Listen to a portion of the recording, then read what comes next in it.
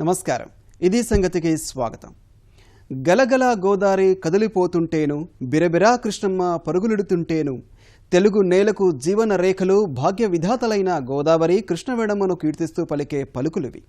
వాటిల్లో మొదటిదైన గోదారమ్మ పుష్కర సంబరం విజయవంతంగా పూర్తి చేసుకున్న తెలుగు రాష్ట్రాలు ఇప్పుడు కృష్ణా పుష్కర వేడుకకు సంసిద్ధమవుతున్నాయి. మహాక్రతువుకు ముహూర్తము దగ్గర పడుతోంది. అంతే వేగంగా ఏర్పాట్లు జరుగుతున్నాయి. ఈ సహ్యాద్రి తనయ ఇన్ని కోట్ల మంది కొంగు బంగారంగా ఎలా మారింది? మిగిలిన ఏ నదికి లేని ప్రత్యేకత కృష్ణవేణికి ఎలా ప్రాప్తించాయి? పుష్కర వేడుక ఆ పవిత్ర ఘట్టంలో మిళితమై ఉన్న మరెన్నో సంగతుల సమాహారమే నేటి మన వందే కృష్ణం.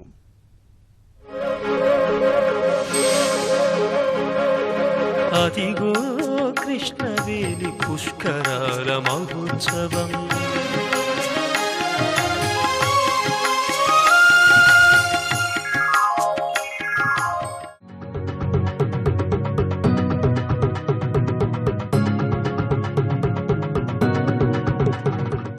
నమామి సుకృత శ్రేణిం కృష్ణవేణిం తరంగిణిం యద్వీక్షణం కోటి జన్మకృత దుష్కర్మ శిక్షణం. ఏ తరంగాలను దర్శిస్తే కోటి జన్మల పాపాలు నశిస్తాయో ఆ పుణ్యాల రాశి కృష్ణవేణికి నమస్సులు. తెలుగునాట కొద్ది రోజుల్లో రానున్న కృష్ణా పుష్కరాల సంరంభం గురించి చెప్పడానికి ఇంతకు మించి మాటల్లేవు.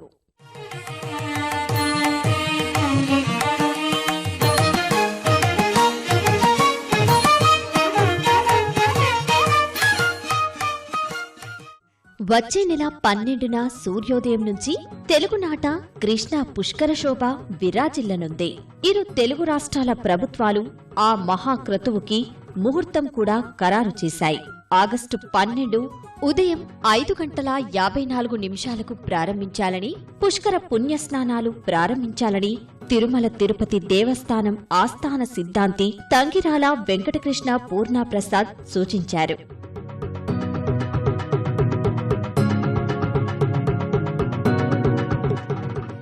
ఆగస్టు 12 తెల్లవారుజామున ఆ ముహూర్తం మొదలు ఆగస్టు 23 వరకు 12 రోజుల పాటు పుష్కరాలు అత్యంత వైభవపేతంగా జరగనున్నాయి. తీరమంతా భక్త జనసందోహంతో, తీర పుణ్యక్షేత్రాలన్నీ ఆధ్యాత్మిక శోభతో మెరిసిపోనున్నాయి. తెలుగు రాష్ట్రాల్లో కోట్ల మంది భక్తులు పుణ్యస్నానాలు ఆచరిస్తారని అంచనాలకు తగ్గట్టే విస్తృత ఏర్పాట్లు చేస్తున్నారు. తెలుగునాట కృష్ణమ్మ అడుగుపెట్టే మహబూబ్ నగర్ మొదలు అటు కర్నూలు, తర్వాత నల్గొండ, గుంటూరు, కృష్ణా జిల్లాలో తీరాల్ని అవసరాలకు అనుగుణంగా తీర్చిదిద్దుతున్నారు. 2 చోట్ల ప్రతిష్టాత్మకంగా తీసుకుని 100 కోట్ల రూపాయలతో సౌకర్యాలు సమకూర్చుతున్నారు.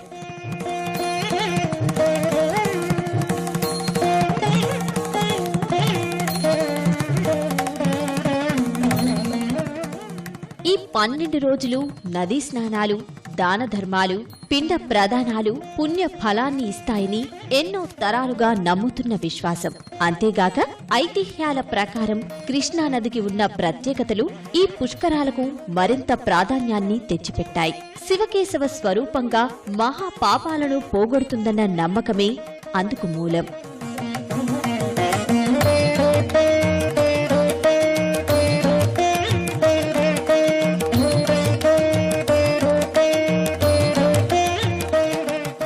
రాష్ట్రంలో ఈసారి కృష్ణా పుష్కరాలకు మరో ప్రత్యేకత కూడా ఉంది. కృష్ణా గోదావరి అనుసంధానం తర్వాత వచ్చిన తొలి పుష్కరాలివి.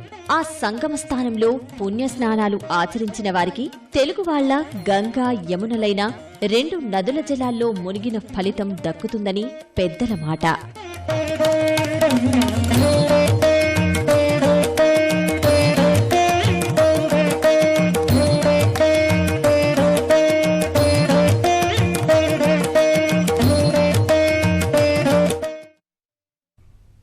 జ్యోతిష శాస్త్రం ప్రకారం పుష్కరం అంటే 12 ఏళ్ల కాలం. దేవగురువు బృహస్పతి ఒక్కొక్క రాశిలో ఒక్కొక్క సంవత్సరం చొప్పున సంచరిస్తూ ఉంటాడు. ఆయన ఏ రాశిలో సంచరిస్తాడో అప్పుడు ఆ రాశికి సంబంధించిన నదికి పుష్కరాలు వస్తాయి. బృహస్పతి సింహరాశిలో ప్రవేశిస్తే గోదావరి పుష్కరాలు, కన్యరాశిలోకి అడుగుపెడితే కృష్ణానదికి, మకర రాశిలో ప్రవేశించినప్పుడు తుంగభద్రా నదికి పుష్కరాలు వస్తాయి. ఈ పుష్కర సమయంలో స్నాన, దాన, జప, అర్చన, ధ్యాన, హోమ, తర్పణాది అనుష్ఠానాలకు, పితృపిండ ప్రదానానికి అపారమైన పుణ్యం వస్తుందని శాస్త్రోక్తి. నిజానికి పుష్కర పండుగ వెనుక మరెన్నో సదాశయాలు ఉన్నాయి.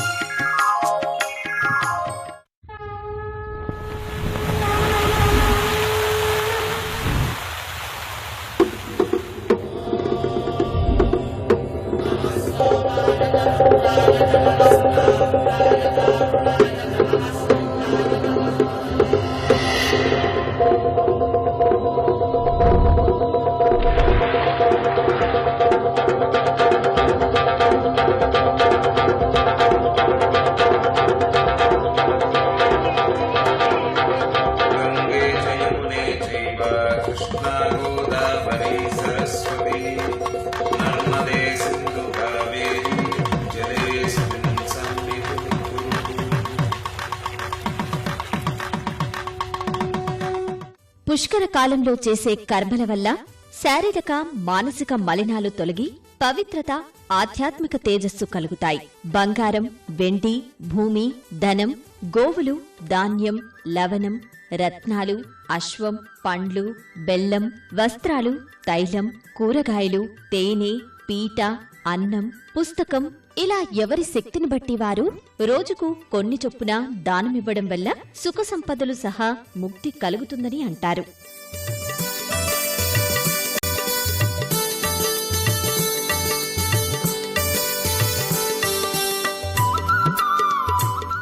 ఈ 12 రోజుల్లో నదీ తీరాల్లో పిండ ప్రదానాలు చేసేవారు ఎక్కువగా కనిపిస్తారు. కారణం, సర్వదేవతలతో పాటు పితృదేవతలు పుష్కరాలప్పుడు ఆ నదీ జలాల్లోకి వస్తారని నమ్మకమే. అందుకే ఎవరెక్కడ ఉన్నా పుష్కర సమయానికి ఆ తీరాలకు చేరుకుని పెద్దలకు పద్ధతి ప్రకారం అన్నీ జరిపిస్తారు.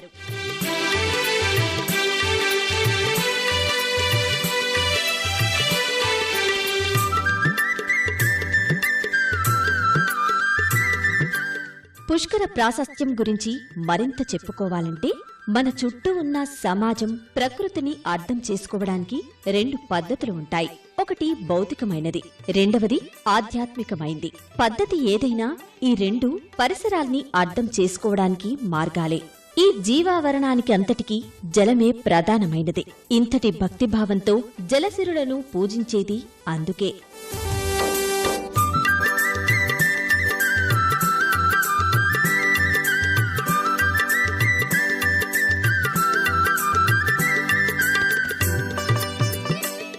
బ్రహ్మ ఆకాశం నుంచి వాయువు, వాయువు నుంచి జలం, జలం నుంచి భూమి, భూమి నుంచి ఓషధులు, ఓషధుల నుంచి అన్నం, అన్నం నుంచి జీవుడు పుట్టాయన్నది ఆధ్యాత్మిక అవగాహన. జలానికి దేవతల రూపాన్నిచ్చి తల్లిగా ఆరాధించడం భారతీయ సంప్రదాయం. కృష్ణా పుష్కరములు అత్యంత పవిత్రమైనటువంటివి. అసలు నదులే మన యొక్క భారతీయ సంస్కృతికి అద్దం పట్టేటువంటివి. నదులు లేనిదే మనిషి యొక్క మనుగడ లేదు. ఉదయం లేచిన దగ్గర నుంచి పడుకోబోయేంత వరకు కూడా జలములే ప్రాధాన్యత వహిస్తాయి మనిషి యొక్క జీవితంలో. ఉదాహరణకి చెప్పుకోవాలంటే, మనం తల్లి గర్భంలో ఉన్నప్పటి నుంచి మనకు ఆ నీళ్ళే ఆధారంగా చేసుకుని జననం జరుగుతుంది. అసలు శుక్ల శోణితములుగా రావటానికే జలముల రూపంలోనే వస్తుంది. కాబట్టి మానవుడు జీవించటానికి కానీ మళ్ళా పుట్టడానికి కానీ ఈ జలములే ఆధారము. తరచి చూస్తే మన తీర్థయాత్రలు కూడా నీటితోనే ముడిపడి ఉంటాయి. పుణ్యక్షేత్రాలన్నీ జలక్షేత్రాల సమీపంలోనే ఉంటాయి. అంతేకాదు, శ్రాద్ధకర్మలు, పిండ ప్రదానాలు, తర్పణాలు ఇవన్నీ జలంతో ముడిపడి ఉన్నవే. పెద్దలు చెప్పిన అభిప్రాయాలు, అందుబాటులోని ఐతిహ్యాల ప్రకారం చూసిన జీవరాశులకు ప్రధానమైన నదీ జలాలకు ప్రాముఖ్యం ఇవ్వడానికి, వాటి పట్ల ఆధ్యాత్మిక భౌతిక స్పృహ పెంచడానికి ఉద్దేశించినవే పుష్కరాలు. సూర్యాత్మ జగతస్తుషస్యాన్ అన్నది యజుర్వేదం. అంటే మన అందరిలో ఉండేటువంటి యొక్క ఆ శక్తి, ఆ చేతనం, చైతన్యం ఒక్కటే అని చెప్తుంది నదులు. అంటే సముద్రంలోనే కలుస్తుంది కదా. సముద్రుడు పరమాత్మ. ఆ పరమాత్మతోటి ఈ జీవుడు ఉన్నాడే, జీవుడు కలుస్తాడు. అంటే ఈ జీవుడు పరమాత్మతోటి ఐక్యం చెందుతాడు. నదులు జీవుడు, సముద్రుడు పరమాత్మగా పోలిస్తే జీవుడు పరమాత్మతోటి ఐక్యం చెందటం అనేటువంటిది పుష్కరములలో మనకి బాగా ప్రస్ఫుటంగా కనపడుతుంది. నదులు సాగరంలో కలవటం అనేటువంటిది మనకి బాగా తెలుస్తుంది. ఇది మనం జ్ఞప్తి పెట్టుకోవాల్సినటువంటి ఒక విషయం. భారతీయులు అందరం కూడా ఈ ఎక్కడైనా సరే ఈ విశ్వం అంతా కూడా ఒక వసుధైక కుటుంబం. అందరూ కూడా వాళ్ళల్లో ఉండేటువంటి జీవ చైతన్యం ఒక్కటే అనేటువంటిది మనకి స్ఫూర్తినిస్తుంది. ముఖ్యంగా కృష్ణా నది అందుకే అంత ప్రాముఖ్యత వహిస్తుంది. పుష్కరాలు అనేవి, నదులకు వచ్చేటువంటి పుష్కరాలు అనేవి నదుల్ని ప్రక్షాళనం చేసుకోవడానికి ఒక అవకాశం. అంటే 12 ఏళ్లకు ఒక తరం మారిపోతుంది కాబట్టి తరానికి ఒక పుష్కరం చొప్పున వస్తే తరానికి ఒకసారి నదిని ప్రక్షాళనం చేసుకునే ఒక మంచి అవకాశం వస్తుంది అని మన పెద్దవాళ్ళు ఇట్లాంటివి ఏర్పాటు చేశారేమో నాకు అనిపిస్తుంది. నన్ను అడిగితే ప్రతి గ్రామానికి కూడా ఒక పుష్కరం కావాలి. 12 ఏళ్ళకు ఒకసారి ఒక ఊరిని బాగు చేసుకోవడం, ఒక నగరాన్ని బాగు చేసుకోవడం, ఒక రాష్ట్రాన్ని బాగు చేసుకోవడం, ఒక దేశాన్ని బాగు చేసుకోవడం అనే ఆలోచన కనుక మనకు వస్తే ఇది ఒక మంచి పవిత్ర కార్యంగా ప్రజలకి కొత్త తరానికి దేశాన్ని సక్రమంగా అప్పజెప్పడం అనేటువంటి ఒక బాధ్యత నెరవేరుతుందని చెప్పినని నేను అనుకుంటాను. పుష్కరం అన్నమాటకు శ్రేష్టం, పూర్ణం, సమృద్ధం, ఏనుగుతొండం చివర, మెట్టతామర, ఆకాశం, వాద్యముఖం ఇంకా అనేక అర్థాలు ఉన్నాయి. మన దేశంలో ప్రధానమైన నదులకు 12 ఏళ్లకోసారి పుష్కరాలు నిర్వహించే సాంప్రదాయం ఉంది. పుష్కర స్నానం సకల పాపాలను హరిస్తుందన్నది విశ్వాసం. స్నానం ప్రతిరోజు మనం చేస్తాం అంటే బాహ్యశుద్ధి జరుగుతుంది, కానీ అంతఃశుద్ధి కూడా జరగాలి. బాహ్యశుద్ధి అంతఃశుద్ధి రెండు కూడా జరిగేటువంటిది ఇదిగో ఈ నదీ స్నానంతో. అందులో పుష్కరముల సమయంలో ఈ నది యొక్క స్నానం చేయటంలో ఇంకా విశేషమైనటువంటి యొక్క ఫలితాన్ని మన పురాణములన్నీ కూడా చెప్పినాయి. ఆ కావ్యములన్నీ కూడా చెప్పారు చాలామంది. మన కావ్యముల్లో కూడా ఈ విశేషాలన్నీ కూడా మనకి చెప్పబడి ఉన్నాయి.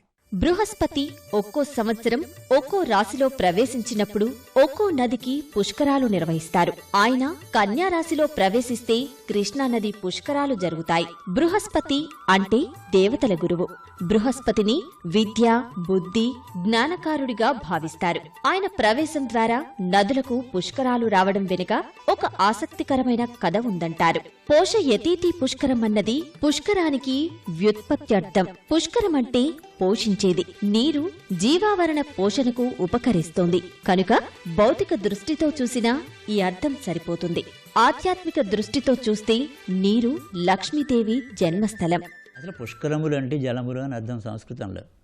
పుష్కరములు అంటే జలములు. పోషయతీతి పుష్కరములు అంటే ఏవైతే మనని పోషిస్తాయో వాటిని పుష్కరములు అంటారు. అంటే జలము లే కదా, జలం లేనిది మనకేం రాదు కదా, జలము లేనిదే అసలు పంటలు ఏమొస్తాయి?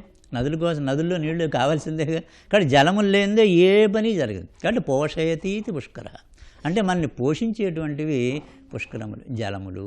పుష్కరాలకు ఆధ్యాత్మికపరమైనటువంటి, చారిత్రాత్మకమైనటువంటి, అంతేకాకుండా పర్యావరణ పరిరక్షణ దృష్ట్యా సాంఘిక పరంగా కూడా ఒక ప్రత్యేకత ఉంటుంది. 12 సంవత్సరాలకు ఒకసారి వచ్చేటువంటి ఇది పండుగ. ప్రతి ఇంటి పండుగ. కులాలకు, మతాలకు, ప్రాంతీయాలకు వీటన్నిటికీ అతీతంగా ప్రతి ఒక్కరూ జరుపుకోవలసినటువంటి జల పండుగ. అందుచేత ప్రతివారు కూడా ఇక్కడ ఒక హోస్ట్ అంటే అతిథుల్ని సత్కరించటానికి సిద్ధంగా ఉన్నటువంటి వారు. ఆధునిక విజ్ఞానం కూడా నీరే జీవావరణానికి మూలమంటోంది. నది బాగోగులు అంటే పర్యావరణం, పరిశుభ్రత పరిరక్షించడానికి పుష్కరాలు అవకాశమిస్తాయి. ఇది సాంప్రదాయంగా మారింది. నదీ తీరంలో ఎక్కడ మెరక పల్లముంది, ఎక్కడెక్కడ కోతకి గురవుతుంది, ఎక్కడా చెట్లు నరికివేశారు, ఏ ప్రాంతంలో కలుషితమవుతుంది అనే విషయాలు అధ్యయనం చేసి బాగోగులు చూడడానికి 12 సంవత్సరాలకు ఒకసారి నిర్వహించే ప్రక్షాళన కార్యక్రమమే పుష్కరాలు అనుకోవచ్చని అంటారు. మహాబలేశ్వరం నుంచి హంసల దీవి వరకు సాగే కృష్ణానది ప్రస్థానం ఆసక్తిదాయకం. కృష్ణవేణి ప్రయాణ మార్గం 4 రాష్ట్రాల పుణ్యఫలం. తీర్థక్షేత్రాలకు అధిక ప్రాధాన్యమిచ్చే భారతీయ సంస్కృతిలో కృష్ణానదికి ఎంతో ప్రాముఖ్యం ఉంది. అలానే కృష్ణవేణమ్మ పుట్టు పూర్వోత్తరాల గురించి ఎన్నో గాథలు ప్రచారంలో ఉన్నాయి. అంతే స్థాయిలో ఈ నదీమ తల్లి తీరమంతా పుణ్యక్షేత్రాలతో అలరారుతుంది. ప్రవహించిన మేరంతా సిరులు పండిస్తోంది, తీరమంతా సుభిక్షం చేస్తోంది.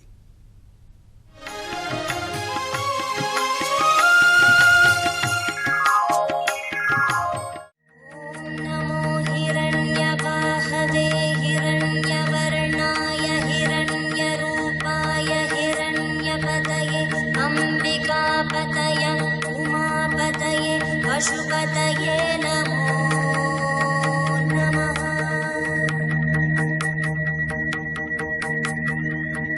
ఓం నమో హిరణ్యవాహవే హిరణ్యవర్ణాయ హిరణ్యరూపాయ హిరణ్యపతయే అంబికాపతయ ఉమాపతయే పశుపతయే నమో నమః.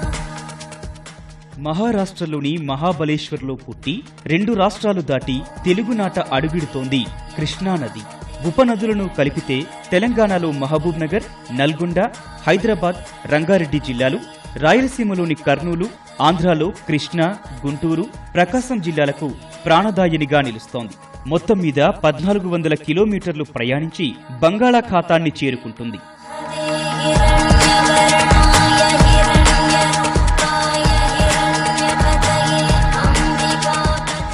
దేశంలోనే 3వ అతిపెద్ద నది అయిన కృష్ణమ్మ పరివాహక ప్రాంతం మన దేశ విస్తీర్ణంలో 8వ వంతు. 2 తెలుగు రాష్ట్రాల సాగు, తాగునీటి అవసరాలు తీర్చడంలో, విద్యుత్తును అందించడంలో కృష్ణది కీలక పాత్ర. అలాంటి కృష్ణవేణికి వచ్చే ఆగస్టు 12 నుంచి 23 వరకు పుష్కరాలు నిర్వహించుకుంటున్న మహోత్సవ సందర్భం ఇది. అందుకే ఆధ్యాత్మిక, చారిత్రక, సామాజిక, పర్యాటక కోణాల్లో ఇదో మహా సంరంభం.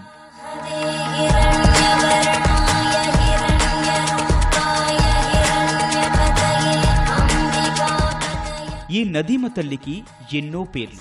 సహ్యాద్రి పర్వతాల్లో పుట్టిన నది కనుక సహ్యజ, సహ్యపుత్రి అని పిలుస్తారు. ఈ నదీ ప్రవాహం పుట్టుకలో గోముఖం వంటి రాతి దొన నుంచి మొదలై ఓ పురాతన శివాలయపు నీటి కుండంలో పడుతూ నడక నేర్చుకుంటుంది. అక్కడి నుంచి కృష్ణ తూర్పు, దక్షిణ దిశలకు మలుపు తిరిగి ప్రవహిస్తూ వేణీ నదిని కలుపుకుంటుంది. తర్వాత కన్హబెన్న, కృష్ణవెన్న, కృష్ణవర్ణ, కృష్ణవేర్ణ, కృష్ణవేణి, కృష్ణవేణిక అనే పేర్లు కూడా సంతరించుకొని పయనిస్తూ మార్గంలో ఘటప్రభ, మలప్రభ, భీమా నదులను కలుపుకొని మహారాష్ట్ర, కర్ణాటక దాటి తెలంగాణలో అడుగు పెడుతుంది.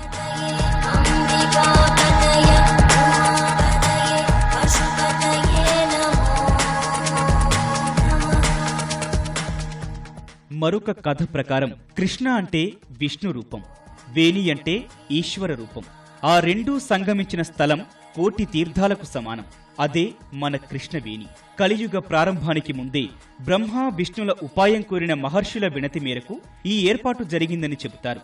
ఈ నదీ రూపంలో శివకేశవులు మానవ జాతి పాప ప్రక్షాళనం చేస్తున్నారని, ఆ ప్రత్యేకత కృష్ణానదికి మాత్రమే ఉందని అంటారు పండితులు. అందుకనే అడుగుపెట్టిన నేలంతా నూతన జవసత్వాలు నింపి తరతరాలకు వర్ధిల్లేలా చేస్తుందని చెబుతారు.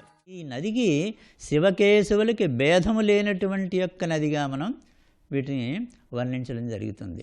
శివకేశవులకు అభేదం. అందుకే త్యాగరాజస్వామి ఏమన్నాడంటే, పరమాత్ముడు వెలిగే ముచ్చట బాగా తెలుసుకోరే, హరియట, హరులట, నరులట, సురలట, గగనానిల తేజోజల భూమయమగు. అంటే హరి, హరుడు ఎవరైనా ఒకటేనయ్యా, అంతా ఒకటే అని మనకి ఏకాత్మతాభావాన్ని చెప్పేటువంటిది కృష్ణానది. అందుకోసమే మిగతా నదుల మీద కృష్ణానదికి చాలా ప్రాముఖ్యత ఉన్నది. కృష్ణానదికి అది కృష్ణానది ప్రత్యేకత. అటు కేశవుడు, ఇటు శివుడు ఇద్దరూ కూడా కలిపి ఒక నదీ రూపంలో ప్రవహించిన వాళ్ళ తేజస్సు మొత్తం కూడా ఈ నదీ రూపంలో ప్రవహించేటువంటిది కృష్ణానది మాత్రమే. సుమారుగా 1400 మైళ్ళ దూరం ప్రయాణించి కృష్ణా జిల్లాలో హంసల దీవి దగ్గర తూర్పు సముద్రమైన బంగాళాఖాతంలో సాగర సంగమం చేస్తున్న కృష్ణానది తన పరివాహక ప్రాంతమంతా సర్వాంగీణంగా అభ్యుదయాన్ని అనుగ్రహించింది. కృష్ణగా శ్రీ మహావిష్ణు స్వరూపమై, వేణిగా పరమేశ్వర స్వరూపమై, రెండూ కలిసి కృష్ణవేణి అన్న పేరుతో ఇంత సుదూర తీరం ప్రయాణించిన కృష్ణానది అడుగుపెట్టిన ప్రతి చోట అభ్యుదయానికి ఆనవాళ్లు పరిఢవిల్లాయి. ఒక వంక సాహిత్య వైభవం, మరో వంక సస్యశ్యామలంగా పంట పొలాలకు, పచ్చని పైరులకు, కర్షక ఆంధ్రజన జీవన వైభాగ్యానికి, సౌభాగ్యానికి, వైభవానికి కారణభూతమై కృష్ణానది ఆంధ్రజాతికి ఎంత మేలు చేస్తున్నదో ఆశ్చర్యం కలిగిస్తుంది. తెలంగాణ, ఆంధ్రప్రదేశ్ రాష్ట్రాల్లోని లక్షలాది ఎకరాలకు నీళ్లివ్వడమే కాదు, తెలుగు మతులకు తేజాన్నిచ్చింది కృష్ణవేణమ్మ అంటారు. ప్రవహించినంత మేర పాడి పంటలకు భాగ్యసీమగా మార్చింది. 2 రాష్ట్రాల్లోనూ దాదాపు 600 కిలోమీటర్ల మేర ప్రవహిస్తూ ధాన్యపు సిరులు కురిపిస్తోంది. కృష్ణానదిపై ప్రాజెక్టులు లేని కాలంలో ఈ పరివాహకం అంతటికీ వ్యవసాయానికి వర్షాలే ఆధారం. అరకొర దిగుబడులతో అష్టకష్టాలు పడేవారు. అలాంటి పరిస్థితి నుంచి విజయవాడ ఆనకట్ట, నాగార్జున సాగర్, శ్రీశైలం జలాశయాలతో బీడు భూములన్నీ బంగారు నేలలయ్యాయి. వ్యవసాయం గిట్టుబాటు కాక రైతులు ఆత్మహత్య చేసుకుంటున్నారు అనుకుంటున్నాం. అంతకంటే దుర్భరమైన పరిస్థితిని ఎదుర్కొన్న తొలి రైతు శ్రీనాథుడు. బొడ్డుపల్లిలో గొడ్డేరి మోసపోతే అని చెప్పిన ఆయన బాధగా చెప్పుకున్నటువంటి ఇక్కడ వ్యవసాయం వల్ల దెబ్బతిన్నటువంటి తొలి రైతు శ్రీనాథుడు అని చెప్పిన మనం చెప్పుకోవచ్చు. ఇటువంటి పరిస్థితులు కూడా ఇక్కడ మనం ఎదుర్కొన్నాం. 1400 కిలోమీటర్ల మేర ఉరకలెత్తే కృష్ణానది పరివాహక ప్రాంతం విస్తీర్ణం 2.58 లక్షల చదరపు కిలోమీటర్లు. అందులో తెలుగు రాష్ట్రాల వాటా 78,000 చదరపు కిలోమీటర్లు, అంటే 29.45%. పరివాహక ప్రాంతాలకే కాక కాలక్రమేణా నిర్మించిన ఎన్నో నిర్మిస్తున్న ప్రాజెక్టులతో కృష్ణానది నీరు నడయాడే విస్తీర్ణం పెరుగుతూనే ఉంది. భాగ్యనగరం దాహార్తిని తీరుస్తోంది. మొత్తంగా తెలుగునాట ఆర్థిక, సాంస్కృతిక, సామాజిక రంగాల అభివృద్ధిలో చిరస్మరణీయమైన పాత్ర పోషిస్తోంది. కృష్ణా తీరం తెలుగు భాషా సంస్కృతులకు మూల కేంద్రం అయినటువంటి నేల ఇది మన తెలుగు భాష కానీ ఆంధ్రులుగా చెప్పబడేటువంటి మన జాతిపరంగా మనల్ని ఆంధ్రులని, భాషాపరంగా తెలుగు వాళ్ళం అని చెప్పినని మనల్ని అంటూ ఉంటారు. సో ఇది కేవలం ఒక జాతిగా మనం రూపొందిన వాళ్ళం కాదు, ఒక భాషగా మనం రూపొందిన వాళ్ళం కాదు. ఈ నేల మీద నాగులు నివసించారు, గరుడులు నివసించారు, యక్షులు నివసించారు, ఆఫ్రికన్ జాతులు కొంతమంది వచ్చి కూడా ఇక్కడ నివసించారు, ఉత్తరాది నుంచి ఆంధ్రులు వచ్చి ఇక్కడ నివసించారు. ఇన్ని రకాల జాతుల సమ్మేళనంగా ఒక సంలీన సంస్కృతిగా తెలుగు భాష, తెలుగు సంస్కృతి కృష్ణా తీరంలో వర్ధిల్లాయి. ఇక్కడ ప్రజలకు నదికి ఏమిటి సంబంధం అంటే జవం మనుగడకు ముఖ్యమైనటువంటిది కృష్ణా నది. ఈ ప్రాంతం సుభిక్షం అవడానికి లేదా సారవంతం అవడానికి కారణం ఏమిటంటే కృష్ణా డెల్టా. ఇది రైస్ బౌల్ ఆఫ్ ఆంధ్రప్రదేశ్ అనిపించుకోవడానికి కారణం ఏమిటంటే కృష్ణమ్మ. ఇక్కడ ఉన్నటువంటి పంటలన్నీ కూడా కృష్ణానది మీద ఆధారపడి ఉన్నటువంటివే. కృష్ణానది, దాని యొక్క ఉపనదులు, వీటి వలన ఈ ప్రాంతం అంతా అభివృద్ధి చెందింది. శతాబ్దాలకు ముందు నుంచి ఉన్న చరిత్ర ప్రకారం చూస్తే అప్పట్లోనే కృష్ణా పరివాహకం అంటేనే ఓ వైభవ తీరం. తెలుగింటి సిరిబోనిగా తన ప్రవాహ మార్గమంతా సుసంపన్నం చేసింది. ఎన్నో చారిత్రక ఘట్టాలకు సాక్షి, కవులకు, సాహితీవేత్తలకు ప్రేరణగా నిలిచింది. తుంగభద్రా నది లోయ నాగరికత వెలసిల్లేలా చేసింది. ఉద్యమ దుర్గంగా పోరాటాలకు చుక్కాని. కృష్ణా తీరం పాలనా కేంద్రంగా అనేక రాజవంశాలు వెలుగొందాయి. ఈ తీరంలోనే సూక్ష్మరాతి యుగం నుంచి బృహత్ శిలాయుగం వరకు మనుషులు మనుగడ సాగించిన ఆనవాళ్లు లభించాయి. ఇదే తీరం వేదికగా జైన, బౌద్ధ మతాలు దాదాపు 18 శతాబ్దాల పాటు జనావళికి పథ నిర్దేశం చేశాయి. తెలుగునాట అడుగడుగునా ఆ ఆనవాళ్లు కనిపిస్తూనే ఉంటాయి.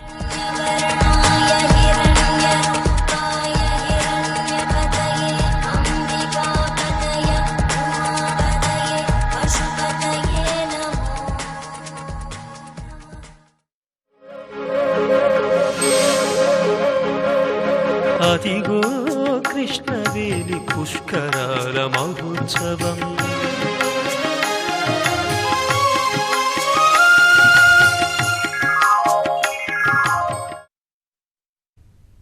ఒక్క తెలుగునాటే కాదు, ఏ ప్రాంతం తీసుకున్నా నాగరికత తొలి అడుగులు మొదలైంది నదీ తీరంలో.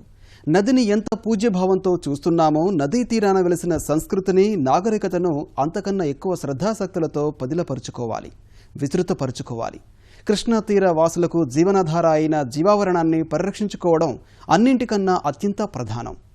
మరిన్ని విభిన్న అంశాలతో మరో ఇది సంగతిలో కలుసుకుందాం. నమస్కారం.